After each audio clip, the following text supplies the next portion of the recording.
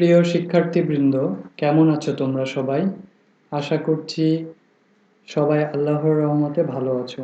শিক্ষা school and college কর্তৃক আয়োজিত ই-লার্নিং কার্যক্রমে সাথে আছি আমি তোমাদের বিষয় শিক্ষক ইউসুফ আবদুল্লাহ। ই-লার্নিং কার্যক্রমে তোমাদের সকলকে জানাই আন্তরিক শুভেচ্ছা ও স্বাগতম। প্রিয় শিক্ষার্থীবৃন্দ, আমাদের আজকের পাঠের বিষয় কবিগুরু রবীন্দ্রনাথ ঠাকুরের রচিত জুতা আবিষ্কার কবিতাটি। কবিতাটি একটি কাহিনী কবিতা।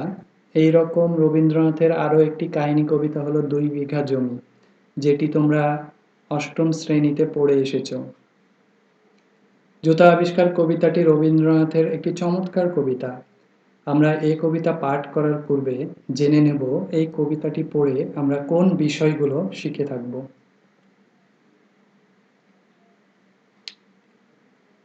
প্রিয় শিক্ষার্থীবৃন্দ, জুতা আবিষ্কার কবিতাটি পড়ে তোমরা যে বিষয়গুলো শিখতে পারবে তা এখানে লিপিবদ্ধ করা হয়েছে। প্রথমেই তোমরা দেখতে পাচ্ছ কবি পরিচিতি বলতে পারবে, অর্থাৎ কবি রবীন্দ্রনাথ ঠাকুরের জন্ম পরিচয়, সাহিত্যিক পরিচয়, এ সকল পরিচয় তোমরা বলতে পারবে।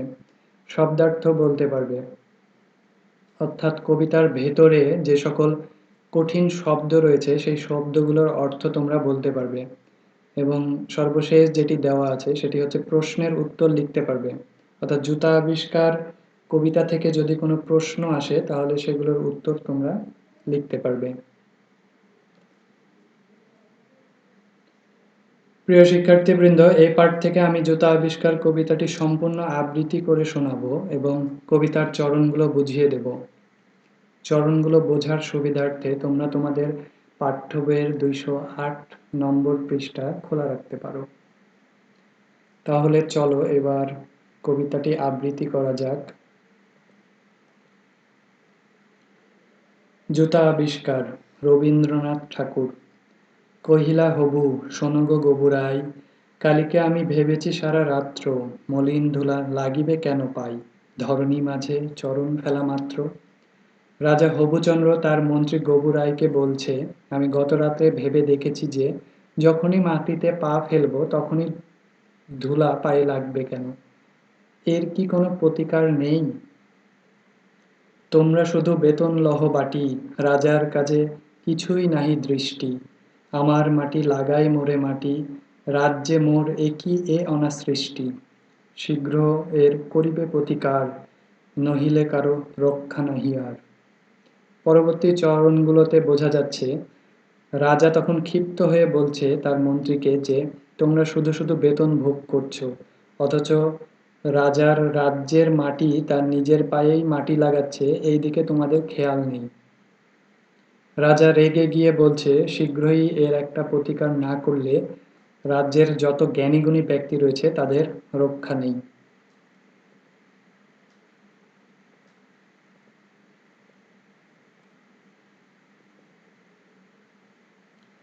শুনিয়া গবু ভাবিয়া হলো খুন, দারুণ ত্রাসে ঘর্ম বহে গাত্রে, পণ্ডিতের হইল মুখ চুন, পাত্রদের নিদ্রা নাহি রাত্রে।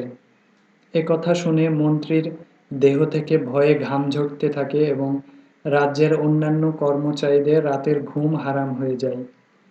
রান্নাঘরে নাহিকো চড়ে হাড়ি, কান্নাকাটি পড়িল বাড়ি মধ্যে, অশ্রু জলে ভাসায়ে পাকা দাড়ি।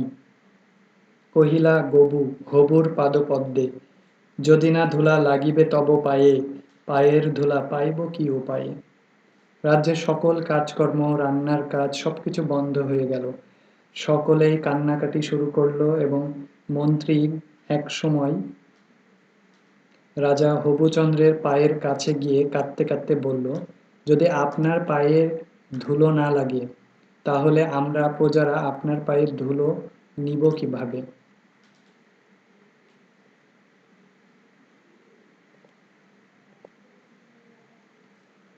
শুনিয়া রাজা ভাবিল দুলি দুলি, কহিল শেষে কথাটা বটে সত্য, কিন্তু আগে বিদায় কর ধূলি, ভাবিও পরে পদধূলির তত্ত্ব। মন্ত্রীর এ কথা শুনে রাজা বলল, কথাটা সত্য বটে, কিন্তু আগে রাজ্য থেকে ধুলা বিদায় করো, পরে পায়ের ধুলোর তত্ত্ব নিয়ে ভাবা যাবে। ধুলা অভাবে না পেলে পদধূলা, তোমরা সবে মাহিনা খাও মিথ্যে, কেন বা তবে পুষুনে এতগুলো উপাধি ধরা বৈজ্ঞানিক বৃত্তে। আগের কাজ আগে তো তুমি সারো, পরের কথা ভাবিও পরে আরো। রাজা হবুচন্দ্র মন্ত্রীকে উদ্দেশ্য করে বলছে যে পদধূলার চিন্তা তোমরা করছো, অথচ এর কোনো বিকল্প উপায় বের না করে শুধু শুধু তোমরা বেতন নিচ্ছ। রাজা আক্ষেপ করে বলছেন, যদি এর প্রতিকার না বের করতে পারো তাহলে রাজ্যে এতগুলো বৈজ্ঞানিক ভৃত্য রেখে লাভ কি। এজন্য রাজা মন্ত্রীকে আদেশ দিচ্ছে, আগে রাজ্য থেকে ধুলো বিতাড়িত করো, পরে পদধূলি নিয়ে ভাবা যাবে।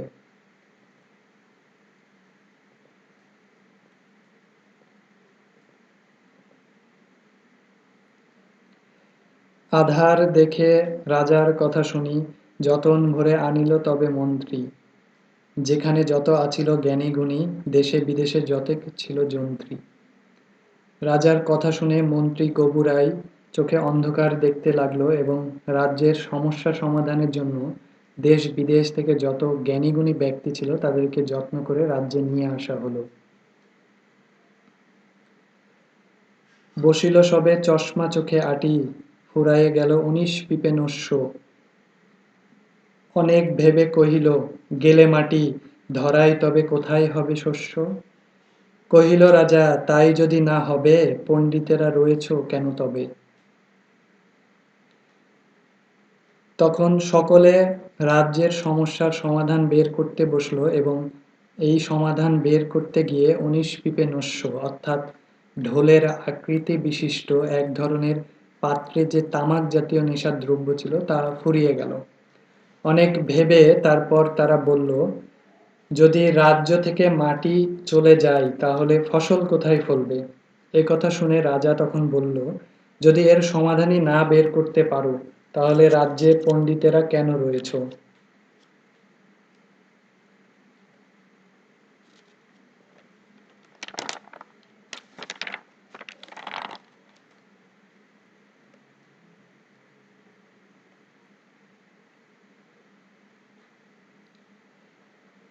সকলে মিলি যুক্তি করি শেষে কিনিল ঝাঁটা 17.5 লক্ষ। ঝাঁটের চোটে পথের ধুলা এসে ভরিয়া দিল রাজার মুখ বক্ষ। সকলে তখন যুক্তি করে রাজ্য থেকে ধুলা তাড়ানোর জন্য 17.5 লক্ষ ঝাঁটা কিনল। ঝাঁটা দিয়ে যখন রাজ্য পরিষ্কার করতে লাগলো তখন চারিদিকে ধুলো উঠতে শুরু করলো এবং এতে রাজার চোখ মুখ বুক সবকিছু ধুলোয় ভরে গেল। ধুলায় কেহ মেলিতে নারে চোখ, ধুলার মেঘে পড়িল ঢাকা সূর্য। ধুলার বেগে কাশিয়া মরে লোক, ধুলার মাঝে নগর হলো উজ্জ্ব। ধুলার কারণে কেউ কোনো কিছু দেখতে পেল না, আকাশে সূর্য পর্যন্ত ঢাকা পড়ল। ধুলার বেগে মানুষের কাশি শুরু হলো, রাজ্যের রাজপ্রাসাদের চিহ্ন ঢাকা পড়ে গেল ধুলার কারণে। কহিল রাজা, করিতে ধুলা দূর, জগৎ হলো ধুলায় ভরপুর। এ অবস্থা দেখে তখন রাজা বলল, রাজ্যের ধুলা পরিষ্কার করতে গিয়ে পুরো রাজ্যটাই ধুলোয় ভরিয়ে দিলে।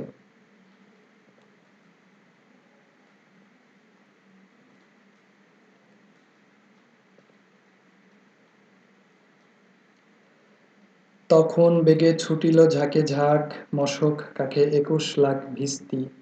পুকুরে বিলে রহিল শুধু পাক, নদীর জলে নাহিকো চলে কিস্তি। এ অবস্থা থেকে রক্ষা পাওয়ার জন্য 21 লাখ চামড়ার ব্যাগ দিয়ে পুকুর থেকে পানি তুলে চারিদিকে ছিটানো হলো। পানি তোলার সময় পুকুরের বিলের মশা ঝাঁকে ঝাঁকে উঠতে শুরু করলো। ফলে পুকুরে বিলে শুধু কাদা জমে রইল। নদীর পানির অভাবে নৌকা জাহাজ চলাচল বন্ধ হয়ে গেল। জলের জীব মরিল জল বিনা, ডাঙার প্রাণী সাঁতার করে চেষ্টা।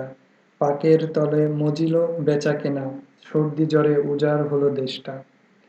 রাজ্যের অবস্থা শোচনীয় হয়ে পড়ল, দেশ জুড়ে সর্দি জ্বর শুরু হলো। পুকুরে পানির অভাবে জলজ প্রাণী মরতে শুরু করলো। কহিল রাজা, এমনই সব গাধা, ধুলারে মারি করিয়া দিল কাদা।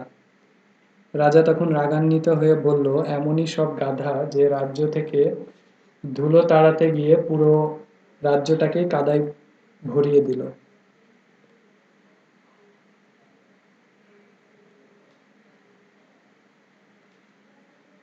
আবার সবে ডাকিল পরামর্শে, বসিল কোন যতেক গুণবন্ত, ঘুরিয়া মাথা হেরিল চোখে সর্ষে, ধুলার হায় নাহিক পাই অন্ত। কহিল মহি মাদুর দিয়ে ঢাকো, হরাসপাতি করিব ধুলা বন্ধ। কহিল কেহ রাজারে ঘরে রাখো, কোথাও যেন থাকে না কোনো রন্ধ্র। ধুলার মাঝে না যদি দেন পা, তাহলে পায়ে ধুলা তো লাগে না। রাজ্যের এ অবস্থা দেখে রাজ্যের সকলে আবার পরামর্শ করতে বসলো এবং উপায় বের হলো যে কার্পেট দিয়ে মাটি ঢেকে দেওয়া হবে। এর মধ্যেই কেউ একজন বলে উঠল, রাজাকে একটি ঘরে রাখতে হবে এবং সে ঘরের মধ্যে যেন কোনো ছিদ্র না থাকে, এবং রাজা যদি মাটিতে পা দেন তাহলে রাজার পায়ে আর ধুলো লাগবে না।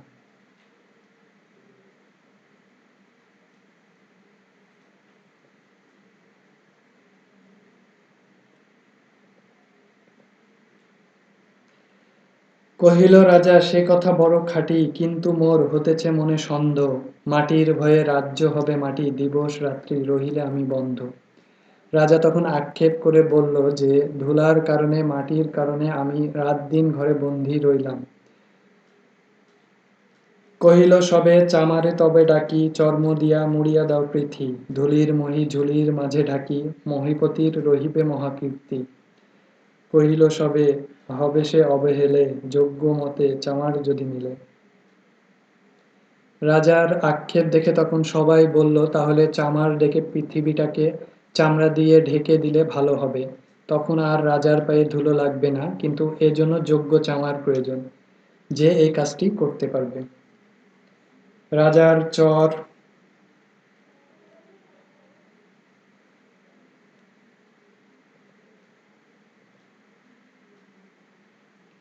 রাজার চর ধাইল হেতা হোথা, ছুটিল সবে ছাড়িয়া সব কর্ম, যোগ্যমতে চামার নাহি কোথা, না মিলে এত উচিত মতো চর্ম।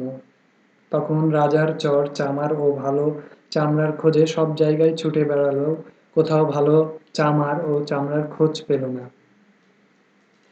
তখন ধীরে চামার কুলপতি কহিল এসে ঈর্ষ হেসে বৃদ্ধ, বলিতে পারি করিলে অনুমতি, সহজে যাহে মানুষ হবে সিদ্ধ। নিজের দুটি চরণ ঢাকো, তবে ধরণী আর ঢাকিতে নাহি হবে। যখন রাজার চর ফিরে এলো তখন রাজ্যের এক চামার কুলপতি রাজার সমস্যা সমাধানের পথ বলে দিলেন এবং রাজাকে বললেন তার চরণ দুটি চামড়ার জুতো দিয়ে ঢেকে দিতে।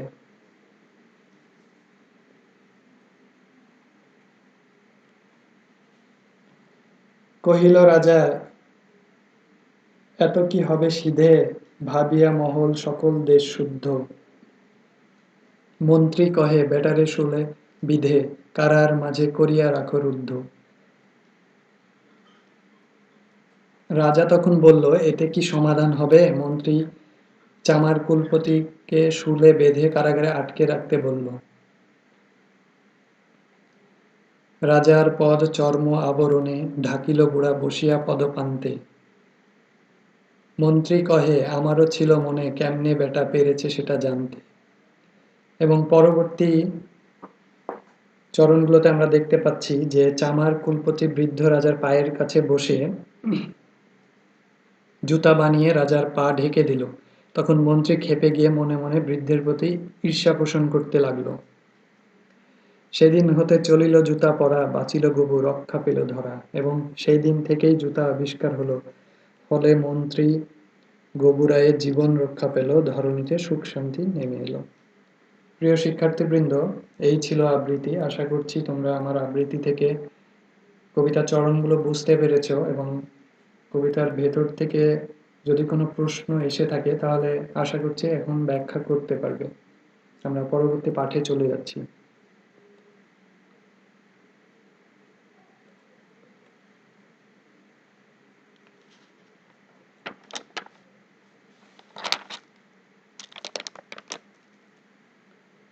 প্রিয় শিক্ষার্থীবৃন্দ, আমরা এই পাঠ থেকে কবিগুরু রবীন্দ্রনাথ ঠাকুরের যে সাহিত্যিক পরিচয়, জন্ম পরিচয়, সেগুলো জেনে নিব।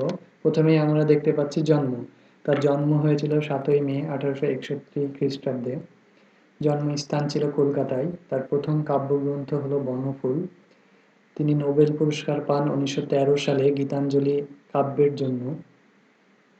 তার একমাত্র ছোট গল্প গ্রন্থ হচ্ছে গল্পগুচ্ছ। সর্বশেষ নাটক হচ্ছে যোগাযোগ। উপন্যাস, সর্বশেষ উপন্যাস শেষের কবিতা। এবং তিনি মৃত্যুবরণ করেন 7ই আগস্ট 1941 খ্রিস্টাব্দে। তাহলে আমরা এই পাঠ থেকে তার যে পরিচয়, রবীন্দ্রনাথ ঠাকুর তিনি যে তার সাহিত্যকর্মগুলো যেভাবে এসেছে এবং তার যে জন্ম পরিচয়, সাহিত্যিক পরিচয়, সেগুলো আমরা এখান থেকে জেনে নিলাম। আমরা এবার পরবর্তী পাঠে চলে যাব। এই পাঠ থেকে আমরা কতগুলো শব্দার্থ জেনে নেব। জুতা আবিষ্কার কবিতায় কতগুলো কঠিন শব্দার্থ এসেছে, এই শব্দের অর্থগুলো আমরা জেনে নেব। প্রথমেই দেওয়া আছে চরণ, চরণ মানে পা। তারপরে দেওয়া আছে ভিস্তি, পানি ব্যবহারের জন্য চামড়ার তৈরি এক প্রকার থলি। মহি, মহি শব্দের অর্থ হচ্ছে পৃথিবী।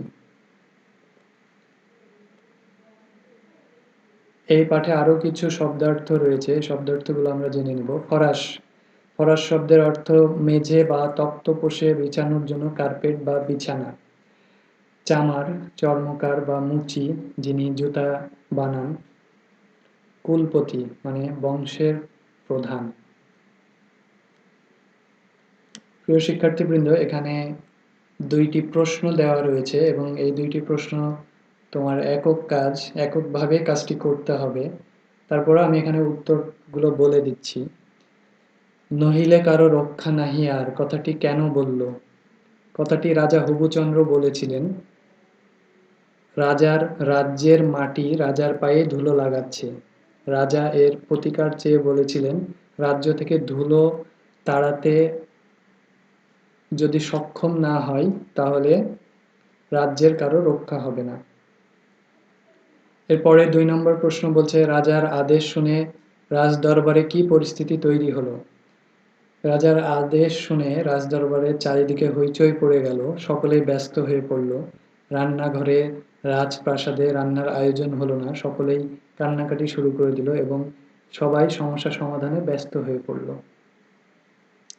প্রিয় শিক্ষার্থীবৃন্দ, তাহলে এখন নিশ্চয়ই তোমরা এই 2টি প্রশ্নের উত্তর খুব ভালো মতো দিতে পারবে আশা করছি। এবার আমরা পরবর্তী পাঠে চলে যাচ্ছি। এখানে একটি জোড়ায় কাজ দেওয়া রয়েছে, অর্থাৎ তুমি তোমার সহপাঠীর সাহায্য নিয়ে এই প্রশ্নের উত্তরটি লিখতে পারো। প্রশ্নটি দেওয়া আছে, রাজার মনে কেন সন্দেহ হচ্ছে?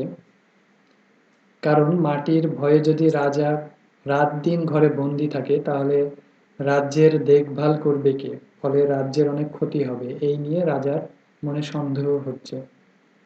এইভাবে তোমরা প্রশ্নটি লিখতে পারবে। এরপরে আমরা পরবর্তী পাঠে চলে যাই। প্রিয় শিক্ষার্থীবৃন্দ, তোমরা এখানে দেখতে পাচ্ছ একটি দলগত কাজ, অর্থাৎ তুমি তোমার ক্লাসের সহপাঠীদের নিয়ে এই কাজটি করতে পারবে। প্রশ্নটি দেওয়া রয়েছে, ধুলা বন্ধে কি কি উপায় অবলম্বনের সিদ্ধান্ত হয়েছিল, লিখো। আমরা দেখেছি কবিতা পড়ার সময় যে ধুলা বন্ধে যে সকল উপায় বের করা হয়েছিল, সে সকল উপায়গুলোর মধ্যে প্রথমে আমরা বলতে পারি দেশ বিদেশের জ্ঞানীগুণী পণ্ডিত ব্যক্তিদের রাজ্যে নিয়ে আসা হয়েছিল। তারপরে 17.5 লক্ষ ঝাঁটা কেনা হয়েছিল। তারপরে আমরা বলতে পারি পানি বহনের জন্য 21 লাখ চামড়ার থলে কেনা হয়েছিল। আবার সর্বশেষ যে উপায়টি এসেছে কবিতার ভেতরে, সেটি আমরা বলতে পারি চামড়া দিয়ে মাটি ঢেকে দেওয়ার কথা বলা হয়েছিল। এই 4 ধরনের উপায় বের করা হয়েছিল ধুলা বন্ধ করার জন্য।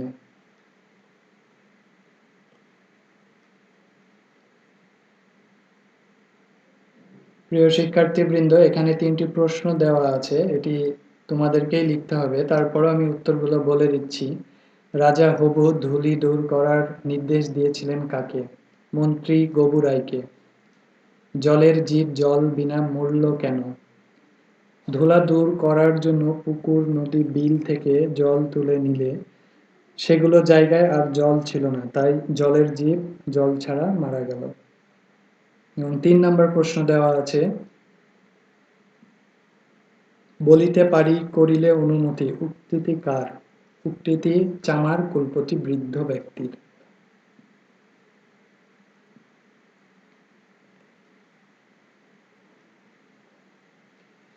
প্রিয় শিক্ষার্থীবৃন্দ, এখানে তোমাদের জন্য একটি বাড়ির কাজ রয়েছে। বাড়ির কাজটি নিচে দেওয়া রয়েছে। সমাজের উপেক্ষিতদের মাধ্যমেও অনেক গুরুত্বপূর্ণ সমস্যার তাৎক্ষণিক সমাধান সম্ভব। বিষয়টি কবিতার আলোকে বিশ্লেষণ করো। তোমরা এতক্ষণে হয়তো বুঝে গেছো যে কোন বিষয়টি নিয়ে তোমাদেরকে লিখতে হবে, এবং এই কবিতার আলোকে অর্থাৎ জুতা আবিষ্কার কবিতার আলোকে তোমরা এই প্রশ্নটি লিখতে পারবে, এবং এই প্রশ্নটি তোমাদের যে সৃজনশীল মেধা সেটি আরো বৃদ্ধি করবে বলে আমি আশা ব্যক্ত করছি।